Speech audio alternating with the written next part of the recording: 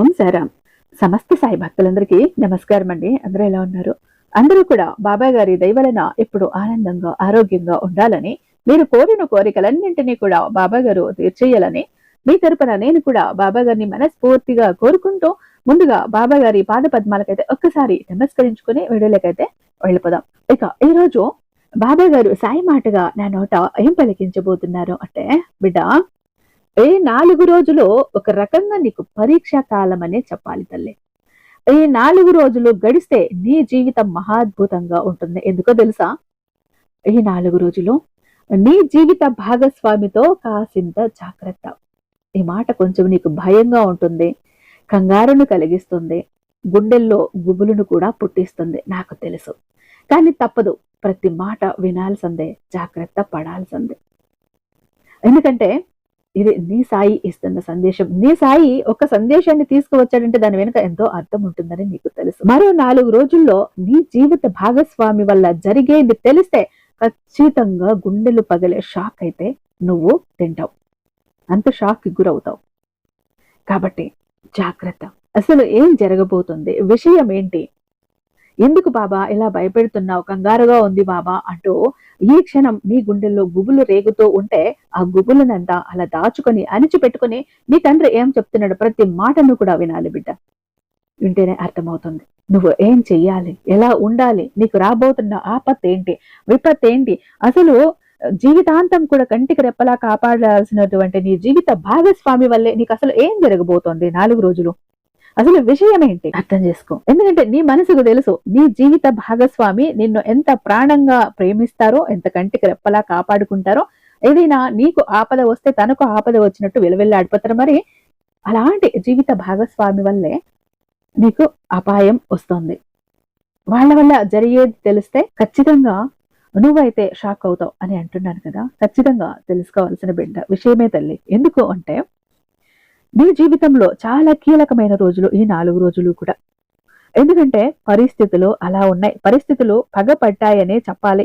పరిస్థితుల ప్రభావం ఎలా ఉందంటే నేరుగా నీ మీద పడబోతోంది. అందుకే కొద్ది రోజులు నువ్వు ప్రతి అడుగు జాగ్రత్తగా వెయ్యాలి. ముఖ్యంగా నీ జీవిత భాగస్వామి విషయంలో రాబోయే 4 రోజుల్లో నువ్వు నీ జీవిత భాగస్వామితో జాగ్రత్తగా ఉండాలి. రాబోయే ఈ 4 రోజులు కూడా ఏం జరుగుతుంది, నీ జీవిత భాగస్వామి వల్ల నీకు ఏం జరగబోతోంది అనే విషయాలను ఇప్పుడు ఈ రోజు నీ సాయి ప్రతి ఒక్కటి కూడా చెప్పబోతున్నాడు. కాబట్టి ఎన్ని పనులు చేస్తున్నా అన్ని పక్కన పెట్టేసి ఖచ్చితంగా విని తీరాల్సింది తల్లి. ఈ రోజు నీ సాయి ఆజ్ఞ కాబట్టి జాగ్రత్త. వదులుకుంటే మాత్రం చాలా బాధపడాల్సి వస్తుంది, చాలా కన్నీళ్లు పెట్టుకోవాల్సి వస్తుంది. నా సాయి వచ్చాడు, నన్ను హెచ్చరించాడు, నాకు ఏదో చెప్పబోయాడు, జాగ్రత్తలు చెప్పబోయాడు, నేను వినలేదు అంటూ ఒక్కరోజు కన్నీళ్లు పెట్టుకుంటావు. అలాంటి స్థితి నా బిడ్డకు రాకూడదని ఈరోజు ఇంతలా హెచ్చరిస్తున్నా, జాగ్రత్త అంటూ బాబా గారు ఈరోజు ఒక నిగూఢార్థం దాగి ఉన్న సందేశంతో వచ్చారండి. అసలు విషయం ఏంటో తెలుసుకొని తీరాల్సిందే. ఎప్పుడు లేని బాబా గారు ఇలా హెచ్చరిస్తున్నారండి. అసలు దీని వెనుకున్న మర్మం ఏంటో కూడా తెలుసుకోవాల్సిందే. ఈ హెచ్చరికతో పాటు మనకు ఆ వెనుక కూడా ఒక మంచి సందేశాన్ని అయితే ఇస్తారు. మన భవిష్యత్తుకు ఉపయోగపడేలా, మన జీవితానికి ఉపయోగపడేలా, మన బంధానికి ఉపయోగపడేలా, మన వైవాహిక జీవితానికి ఉపయోగపడేలా. కాబట్టి ఎక్కడ కూడా వీడియోని స్కిప్ చేయకుండా, మిస్ చేయకుండా చివరి వరకు చూడండి. బాబా గారు గుట్టంతా అక్కడ దాచి ఉంచారు. ఒక 10 నిమిషాలు మీ సమయాన్ని బాబా గారి సందేశం కోసం కేటాయిస్తే అమూల్యమైన సమాచారాన్ని బాబా గారు మీకు అందిస్తారు. కాబట్టి డోంట్ స్కిప్ అండి. వీడియోకి ఒక చిన్న లైక్ అయితే ఇచ్చేసండి. మన ఛానల్ ని ఫస్ట్ టైం చూస్తున్నట్లయితే ఛానల్ ని సబ్స్క్రైబ్ చేసుకుని మీ సపోర్ట్ నాకు అందివ్వండి. అదే చేస్తూ హైప్ కూడా చేస్తారని ఆశిస్తూ భావిస్తూ ఉన్నాను.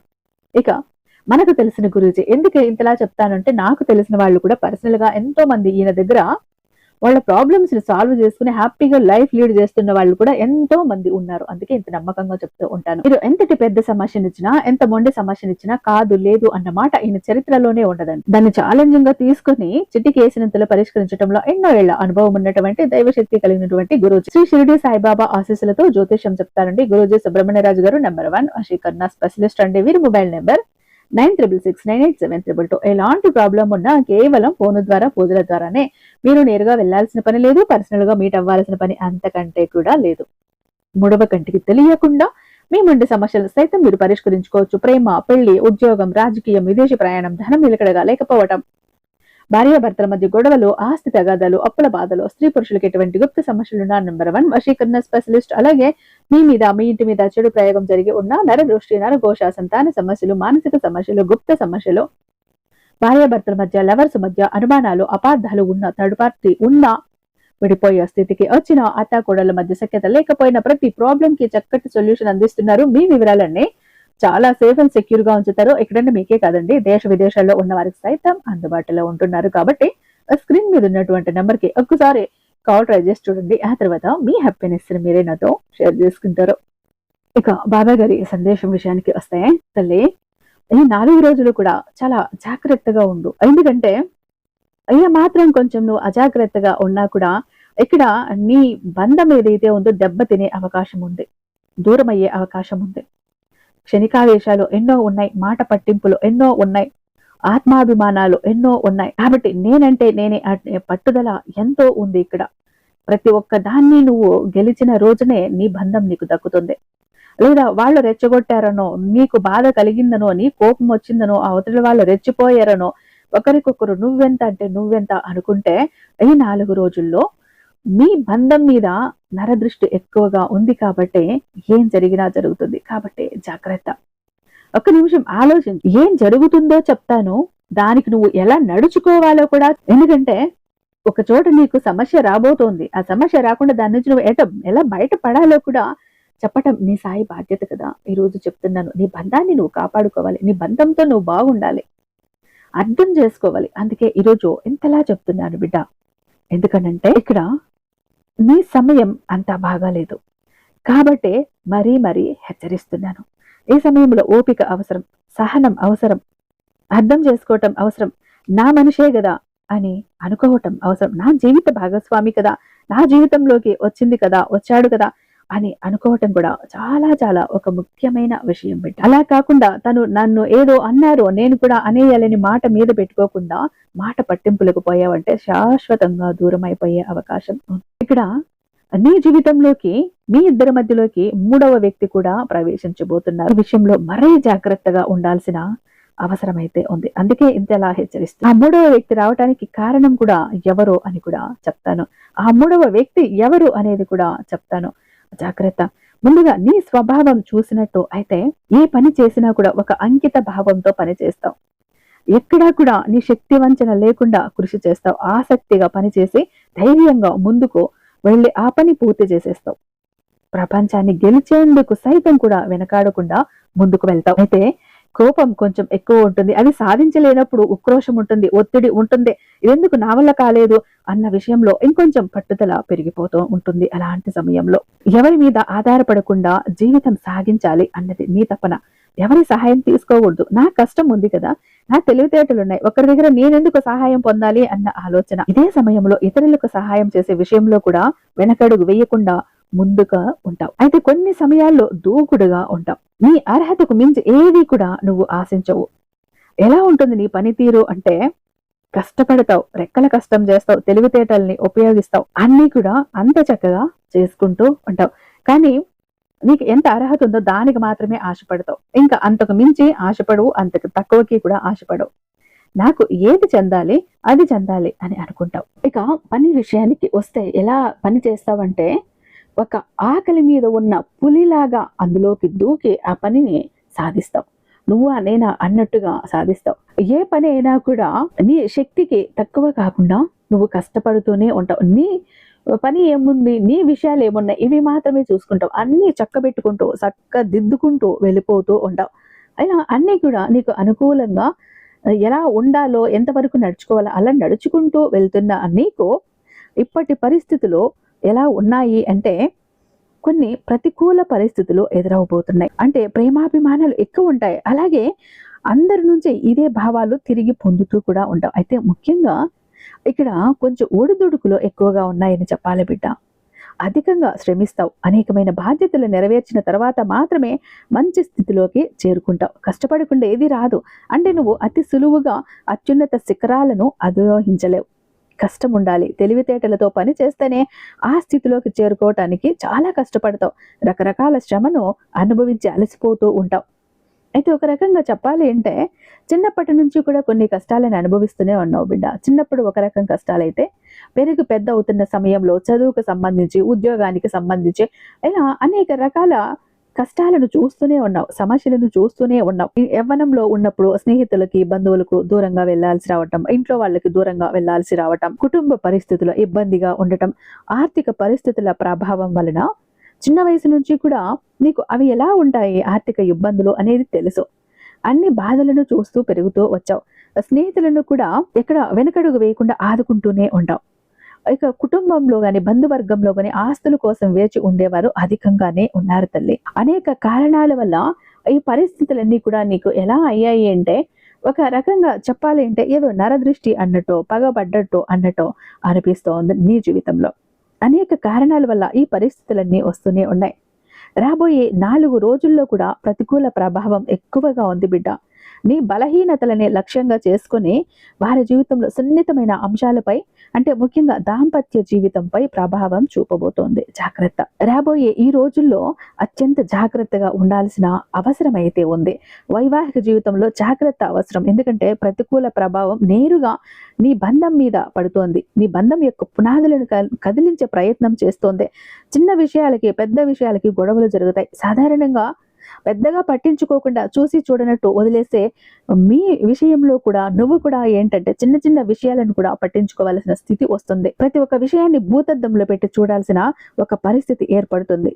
పెద్ద గొడవకు దారి తీసే అవకాశం ఉంది. ఉదాహరణకి ఇంటిని శుభ్రంగా ఉంచుకోకపోవటం, సమయానికి ఏదైనా చెప్పిన మాట గుర్తు ఉండకపోవటం ఎదుటి వాళ్ళకి, ఇలా తీవ్ర వాగ్వాదానికి కారణం కావచ్చు. ఇలా చేస్తున్నావేంటి, ఇలా పెట్టుకున్నావేంటి అని ఏ పని నీకు సక్రమంగా చెయ్యటం రాదు. చిన్న చిన్న విషయాలకి ఎక్కువ స్పందించటం, ఎక్కువ ఆవేశపడిపోవటం, ఎక్కువ దాన్ని పెద్దది చేసి చూడటం, ఇలాంటివన్నీ కూడా ఎదురవుతూ ఉంటాయి. అయితే ఈ సమయంలో మరింత తీవ్రమైన భాగస్వామిపై విమర్శల వర్షం కూడా కురిపించే అవకాశం ఉంది బిడ్డ. కొన్ని పరిస్థితుల ప్రభావం నీ నోటు నుండి వచ్చే మాటలు కూడా అదుపు తప్పుతాయి. నువ్వు చెప్పాలనుకున్నది ఒకటి, బయటికి వచ్చేది మరొకటి కూడా కావచ్చు. అంటే ఒక పరుషమైన పదజాలం వాడటం, భాగస్వామిని కించపరిచేలాగా మాట్లాడటం, వారి కుటుంబ సభ్యులను నిందించటం, ఇలాంటివి కూడా జరగచ్చు. ఒకసారి నోరు జారితే దాన్ని వెనక్కి తీసుకోలేవు కదా. అది బంధంలో శాశ్వతమైన గాయాన్ని మిగల్చవచ్చు కదా. కాబట్టి ఇలా పరిస్థితుల ప్రభావం వల్ల నీలో అహం పెరుగుతుంది. ప్రతి విషయంలోనూ నేనే కరెక్ట్ అనే వాదనకు దిగుతావు. భాగస్వామి అభిప్రాయానికి విలువ ఇవ్వకపోవటం, వారిని తక్కువ చేసి మాట్లాడటం కూడా జరుగుతుంది. నా మాటే నెగ్గాలి, నేనే అన్న ధోరణి సంబంధాన్ని నాశనం చేస్తుంది తల్లి. ఇద్దరు పట్టుదలకు పోవటం వల్ల సమస్య పరిష్కారం కాకుండా మరింత జటిలమవుతుంది. ఈ సమయంలో మనసు ప్రశాంతంగా అస్సలు ఉండదు. ఇప్పుడు మర్చిపోయిన పాత సంఘటనలు, గతంలో భాగస్వామి చేసిన తప్పులో, పొరపాట్లో ఏవో ఒకటి ఈ సమయంలో గుర్తుకు వస్తాయి. మళ్ళీ వచ్చి వాటిని ప్రస్తావించి ముందుకు తీసి మళ్ళీ గొడవ పడటం, ఇది ఈ పరిస్థితిని మరింత దిగజార్చేస్తుంది. నువ్వు అప్పుడు కూడా ఇలానే చేసావు. ఇలాంటి మాటలు భాగస్వామిని తీవ్రంగా గాయపరుస్తాయి. ఈ అంశం వినటానికి భయానకంగా ఉండొచ్చు, గుండెల్లో గుబులుగా ఉండొచ్చు, భయంగా ఉండొచ్చు. కానీ దీన్ని సరిగ్గా అర్థం చేసుకో బిడ్డ. నీ సాయి ఎందుకు చెప్తున్నాడో సరిగ్గా అర్థం చేసుకో. ప్రతి మాట కూడా మనసు లోతుల్లోకి తీసుకో. దాని వెనుకున్న అర్థం ఏంటో నువ్వు అర్థం చేసుకో. అంతేకాని భయపడిపోయి, బెదిరిపోయి నా బాబా ఏదో చెప్పేస్తున్నాడు ఈరోజు అంటే కంగారు పడుకో. దాని వెనుక ఉన్న అర్థం ఏంటో, పరమార్థం ఏంటో అర్థం చేసుకో. నీకు ఎలాంటి గుబులు, భయం కూడా ఉండదు. మీ మధ్యకి 3వ వ్యక్తి ప్రవేశం జరిగే అవకాశం కూడా ఉంది తల్లి. అంటే 3వ వ్యక్తి ప్రవేశం ఎల్లప్పుడూ వివాహేతర సంబంధం అని కాదు, అనేక రూపాల్లో రావచ్చు. నీ స్నేహితుడు, నీ సహోద్యోగి లేదా బంధువు చెప్పిన మాటలను పట్టించుకుని నీ జీవిత భాగస్వామిని అవమానించటం, అనుమానించటం చెయ్యొచ్చు. ఎవరో తెలిసిన వ్యక్తి రూపంలో కావచ్చు, ఇంట్లో మీ అమ్మా నాన్నలు కావచ్చు, తోబుట్టువులు కావచ్చు, అన్నదమ్ముళ్ళు ఎవరైనా కావచ్చు. మీ ఇద్దరి మధ్య ఒక వ్యక్తి ఒక మాట చెప్తున్నారో, కల్పించుకుంటున్నారు ఏ విషయంలోనైనా అంటే అది 3వ వ్యక్తి కిందనే లెక్క. అలా ఎవరైనా కావచ్చు. ఇలా అనుమానించటం మీరు మొదలు పెట్టచ్చు. ఉదాహరణకి ఎవరో వచ్చి మీ ఆయన అక్కడ ఉన్నాడు, మీ ఆయన పలానా వాళ్ళతో మాట్లాడుతున్నారు, నవ్వుతూ మాట్లాడుతున్నారు అని చెప్పగానే దాన్ని మనసులో పెట్టుకుని లేనిపోనివి ఊహించుకుని గొడవ పడటం. ఇక్కడ ఆ చెప్పిన వ్యక్తి 3వ వ్యక్తి అవుతారు. అత్తగారు, ఆడబడుచు, తల్లిదండ్రులు లేదా ఇతర దగ్గర బంధువులు మీ భార్యాభర్తల మధ్య విషయాల్లో అతిగా జోక్యం చేసుకోవటం కూడా 3వ వ్యక్తి ప్రవేశమే. ఇక్కడ 3వ వ్యక్తి అంటే ఇంకా వేరే చెడు సంబంధం అనుకోవాల్సిన పని లేదు. మీ ఇద్దరి మధ్య ఒక వ్యక్తి కల్పించుకుంటున్నారంటే మూడవ వ్యక్తి కిందికే వస్తారు. వారి మాటలు విని నువ్వు నీ జీవిత భాగస్వామితో సంబంధాన్ని పాడు చేసుకునే ప్రమాదం ఉంది. వారి మంచి కోసమే చేసినప్పటికీ కూడా ఇక్కడ కొన్ని గ్రహస్థితులు సరిగ్గా లేనప్పుడు అది నీకు ప్రతికూలంగానే అర్థమవుతుంది. లేదా పాత పరిచయాలు ఏవైనా నీకు మళ్ళీ కూడా కనబడటం, తెలిసిన వాళ్ళు, ఆప్తులో లేదా స్నేహితుల నుండో అకస్మాత్తుగా ఒక సందేశం కావటం, లేదా వారు తారసపడటం జరగచ్చు. ఇది వరకు గతంలో ప్రేమించిన వాళ్ళు అవ్వచ్చు. నీ జీవిత భాగస్వామిలో అభద్రతా భావాన్ని రేకెత్తించవచ్చు. నువ్వు ఎలాంటి తప్పు చెయ్యకపోయినా పరిస్థితులు నిన్ను దోషిగా నిలబెట్టొచ్చు. వివాహేతర ఆకర్షణ ఇది అత్యంత ప్రమాదకరమైనది. ఇక్కడ ఎలా ఉంది అంటే గ్రహాల బలహీనత దాంపత్య సుఖం లోపించటం వల్ల మనసు పక్కదారులో పట్టే అవకాశం ఉంటుంది బిడ్డ. కార్యాలయంలో, బయటనో, లేకపోతే ఎక్కడైనా పని చేస్తున్న పట్లనో ఇలా ఆకర్షణ కలగొచ్చు. ఏ సమయంలో కలిగే ఆకర్షణ కేవలం తాత్కాలికం. అది నిమిషాలు, క్షణాలు, గంటలు మాత్రమే. ఇది శాశ్వతం కాదు. ఆ క్షణికానందానికి పోయి నీ కుటుంబాన్ని నాశనం చేసుకోవద్దు. అలా నాశనం చేసే అవకాశం ఉందని గ్రహించి కొంచెం జాగ్రత్త పడాలి, ఆలోచించాలి, వెనక్కి తగ్గాలి, మనసుని అప్పుడు అధీనంలో ఉంచుకోవాలి. దాన్ని గాలిపటంలా వదిలేసావు అంటే గాలికి ఎటో కొట్టుకొని పోతుంది. కాబట్టి జాగ్రత్త. అలాంటి ఆలోచనలు వచ్చినప్పుడు వెంటనే నిన్ను నువ్వు నియంత్రించుకోవాలి. భార్యాభర్తల మధ్య దూరం పెరగటానికి ప్రధాన కారణాలు తెలుసుకుంటే చాలా మంచిది బిడ్డ. అందుకే ఈరోజు నీ సాయి ఇంతలా హెచ్చరిస్తున్నాడు. ఎందుకంటే నా బిడ్డలే ఒకే ఇంట్లో ఉన్నారు, భార్యాభర్తలే అయ్యున్నారు, కానీ ఒకరికొకరు సంబంధం లేనట్టు మౌనంగా ఉంటూ ఒకరిని ఒకరు సరిగా పట్టించుకోకుండా ఎవరి దోవన వాళ్ళు ఉంటూ సంసారాలను నాశనం చేసుకుంటున్నారు. అలాంటప్పుడు నీ భాగస్వామి పక్కదారి పడుతున్నారు అంటే కారణం నువ్వు ఇచ్చిన అలసే కదా. ముందు నీ తప్పు నువ్వు దిద్దుకోవాలి అన్న ఒక కారణంతోనే, నా బిడ్డలు ఎంతో మంది ఇలా బాధపడుతున్నారు అనే ఒక కారణంతోనే అహంకారానికి పోతున్నారు. నేనంటే నేనే అనే ఒక అహంకారానికి పోయి సంసారాన్ని పాడు చేసుకుంటున్నారు అనే ఉద్దేశంతోనే హెచ్చరించాలని ఈ సాయి పనిగట్టుకుని వచ్చాడు బిడ్డ. ఇది భయపెట్టడం కాదు, బెదిరించటం కాదు. ఒక తల్లిగా, తండ్రిగా తన బిడ్డకు జాగ్రత్త చెప్తున్నాడు. కొత్తగా కాపురానికి వెళ్తున్న బిడ్డకు ఎలా జాగ్రత్తలు చెప్తాడో అలా చెప్తున్నాడు. ఎందుకంటే ఇది జీవితం, 100 ఏళ్ల పంట, 100 ఏళ్ల పంట. దాన్ని చక్కగా కాపాడుకుంటేనే చక్కటి పువ్వులు, పళ్ళతోటి నీ జీవితం ఆనందంగా ఉంటుంది. లేకపోతే ఎండిపోయి మూడు బారిన ఎడారిలా అయిపోతుంది. అందుకే ఈ సాయి ఈరోజు నీ తండ్రి ఇంత గట్టిగా హెచ్చరిస్తున్నాడు బిడ్డ. అర్థం చేసుకో, ప్రతి మాట మనసు లోతుల్లోకి తీసుకో. ఎందుకంటే గొడవల వల్ల ఒకరితో ఒకరు మాట్లాడుకోవటం మానేస్తున్నారు. మౌనం బంధానికి అతి పెద్ద శత్రువు తల్లి. సమస్యను చర్చించి పరిష్కరించుకోకుండా మౌనంగా ఉండిపోవటం వల్ల ఇద్దరి మధ్య మానసిక దూరం విపరీతంగా పెరిగిపోతుంది. మానసిక ప్రశాంతత లేనప్పుడు శారీరక అన్యోన్యత కూడా తగ్గుతుంది. ఇది బంధంలో దూరాన్ని మరింత పెంచుతుందని అర్థం చేసుకో. ఇద్దరు ఒకే ఇంట్లో ఉన్నప్పటికీ ఎవరికి వారే యమునా తీరే అన్నట్టుగా ఒక్కరే ఉంటున్నారు. ఒంటరితనాన్ని అనుభవిస్తున్నారు. తమ బాధని, ఆవేదనను పంచుకోవటానికి ఒక్క మనిషి కూడా లేరే, ఎవ్వరూ లేరే నా పక్కనన్న భావన కలుగుతుంది. ఇది ఎలా అవుతుంది అంటే ఒక మానసిక రోగంలా తయారవుతుంది. ఎవరైనా నన్ను ప్రేమగా పలకరిస్తే చాలు అనిపిస్తుంది. ఆ సమయంలో ఎవరో ప్రేమగా పలకరిస్తే ఆ మనసు అక్కడ ముడిపడుతుంది. జాగ్రత్త, ఇది నువ్వు చేసే తప్పు. ఎందుకంటే గొడవలు వస్తాయి పోతాయి. 1 గంట 2 గంటలు ఒక్కరోజు చాలు బిడ్డ. అంతటి కంటే దూరం పెంచావు భాగస్వామితో అంటే నీ పతనాన్ని నువ్వు కోరుకుంటున్నావు. నీ సంసారాన్ని నీ చేతులతో నువ్వు పాడు చేసుకుంటున్నావు. నీ భాగస్వామి చెడిపోవటానికి, పక్కదారి పట్టడానికి నువ్వే నీ చేతులారా అవకాశం కల్పిస్తున్నావు. జాగ్రత్త, ఈ ఒక్క విషయం జాగ్రత్త. కాబట్టి నీ దాంపత్యం ప్రమాదంలో పడే అవకాశం ఉంది. దాంపత్య సమస్యలతో పాటు ఈ 4 రోజుల్లో నీకు ఆర్థికంగా కూడా కొన్ని సవాళ్లు ఎదురుకానున్నాయి. ఎందుకంటే నష్టాలు సంభవించవచ్చు. మొదటి ఆస్తి నష్టం, ఇది అనేక రూపాల్లో ఉండొచ్చు. వాహన ప్రమాదాలు కావచ్చు. వాహనం నడిపేటప్పుడు అత్యంత జాగ్రత్త అవసరం తల్లి. ఇక్కడ ముఖ్యంగా వాహన ప్రమాదాలు జరగటం వల్ల వాటికి మరమ్మతులు, మళ్ళీ వాటికి పెద్ద మొత్తంలో ఖర్చు చేయాల్సి రావటం, లేకపోతే ఇంట్లో ఏవో ఒక వస్తువులు పాడవటం, కొంచెం ఖరీదైన విలువైన వస్తువులు పాడవుతూ ఉండటం వల్ల అకస్మాత్తుగా పాడైపోతూ ఉంటాయి. ఊహించని ఖర్చును తెచ్చిపెట్టేస్తూ ఉంటాయి. స్థిరాస్తి విషయాలు, వివాదాలు, భూమి లేదా ఇంటికి సంబంధించిన పాత వివాదాలు మళ్ళీ తెరపైకి రావచ్చు. అలాగే సోదరులతో, బంధువులతో ఆస్తి పంపకాల విషయంలో గొడవలు జరగచ్చు. కోర్టు కేసుల వరకు కూడా వెళ్లే అవకాశం ఉంది, జాగ్రత్త. ఇక ధన నష్టం అన్నది మోసపూరిత పథకాలకి అస్సలు మొగ్గు చూపకు. ఇది చాలా ప్రమాదంలో పడేస్తుంది నిన్ను. ఎందుకంటే ఇప్పటి రోజుల్లో చాలా జరుగుతున్నాయి బిడ్డ. కాబట్టి ఇలాంటి వాటి కోసం నువ్వు అస్సలు కూడా మనసుని అటుపక్కు తిప్పకు. తక్కువ సమయంలో ఎక్కువ డబ్బు సంపాదించాలనే చాలా కూడా ఏవేవో చేసి ఆకర్షితులను చేస్తూ ఉంటారు ఎదుటివాళ్ళు. అటువైపు నీ మనసు వెళ్ళిందో, అటువైపు నీ కన్ను చూపు చూసిందో నువ్వు దారి తప్పుతున్నావు. తక్కువ సమయంలో ఎక్కువ డబ్బు ఎక్కడా రాదు. నువ్వు కష్టపడితేనే దానికి ప్రతిఫలం వస్తే అది వేరే విషయం. కాబట్టి ఇలాంటివి తక్కువ సమయంలో అడ్డదారుల్లో డబ్బు సంపాదించే ఆలోచన చెయ్యకు. కోరి కష్టాలు తెచ్చుకుంటావు. ఈ రోజు బాగానే ఉన్నా రేపటి రోజు సుడేసి కొట్టిందంటే పైకి లేవలేనంతగా దెబ్బ కొడుతుంది బిడ్డ, జాగ్రత్త. లాటరీ టికెట్లని, అవన్నీ, ఆ మోసమని, ఈ మోసమని ఏవేవో డబ్బు పోగొట్టుకునే ప్రమాదం చాలా ఉంది. తెలియని వ్యక్తుల నుండి వచ్చే ఫోన్ కాల్స్, మెసేజ్ పట్ల కూడా జాగ్రత్తగా ఉండు. అనవసర ఖర్చులు, చేతిలో డబ్బు నిలవదు. అనారోగ్య సమస్యల వల్ల ఆసుపత్రి ఖర్చులు లేదా భాగస్వామిని ప్రసన్నం చేసుకోవటానికి అనవసరమైన బహుమతులు కొనటం వంటివి మీ బడ్జెట్ ని దెబ్బతీస్తాయి. ఇక్కడ అనవసరంగా ఎక్కడా కూడా ఈ 4 రోజులు డబ్బులు అప్పుగా ఇవ్వటమో, తీసుకోవటమో, మధ్యలో నిలబడి మధ్యవర్తిగా ఉండటమో ఇలాంటి పనులు అస్సలు చెయ్యకు బిడ్డ. సమయం బాగాలేదు, నష్టాలు వచ్చే అవకాశం ఉంది.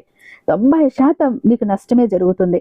ఎవరికి అప్పు ఇవ్వకు, తీసుకోకు, ఎవరికి ఇప్పించుకో. ఈ 4 రోజులు నువ్వు ఎంత చేతులు కట్టుకుని మనసును కట్టేసుకుని ఉంటావో ఈ 4 రోజులు అంత జాగ్రత్తగా ఉంటే నీకు అంతా బాగుంటుంది.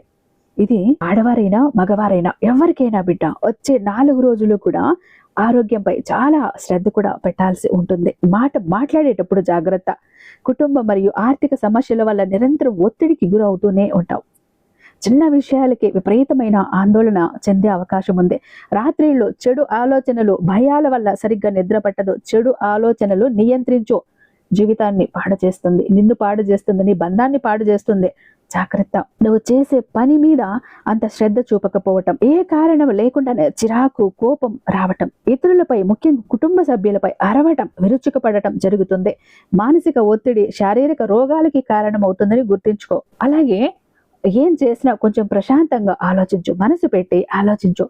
అంతేకాని కోపం వచ్చింది కదా నేను అరిచేస్తాను, చిరాకు వచ్చింది కదా నేను ఎదుటి వాళ్ళ మీద చూపించేస్తాను అంటే ఎంత నీ బంధువులైనా, నీ భార్య అయినా, నీ భర్త అయినా, బిడ్డలైనా, అమ్మా నాన్నలైనా, అత్తా మామలైనా ఒక్కసారి 2 సార్లు పడతారు.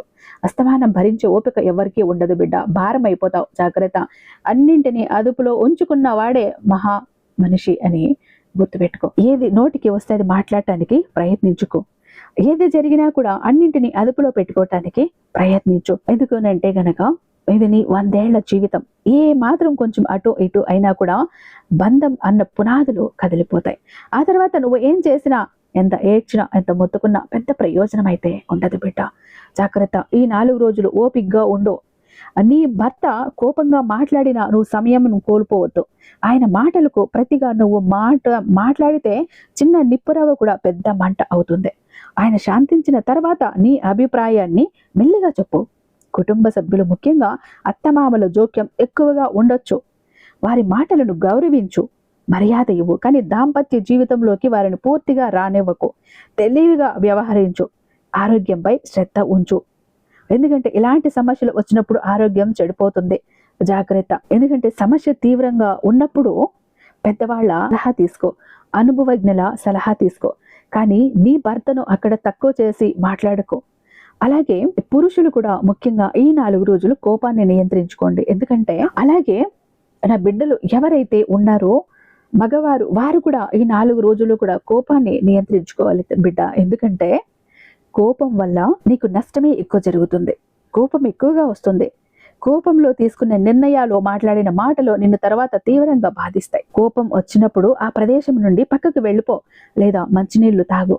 ఇలాంటివి చేయటం వల్ల నీ కోపం కాస్త తగ్గుతుంది. అప్పటికి నీ భార్య అభిప్రాయాలకు, భావోద్వేగాలకు విలువను ఇవ్వు. ఆమెను విమర్శించటం, ప్రతి దానిలో తప్పులు వెతకటం మానుకో.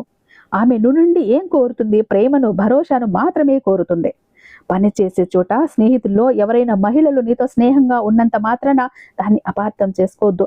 నీ భార్య అనుమానించేలాగా ప్రవర్తించొద్దు. అలాగే నువ్వు కూడా అలాంటి ఆకర్షణలకు అస్సలు లొంగొద్దు. ఈ సమయంలో ఆర్థికంగా ఎలాంటి సహాయాలు చెయ్యకు.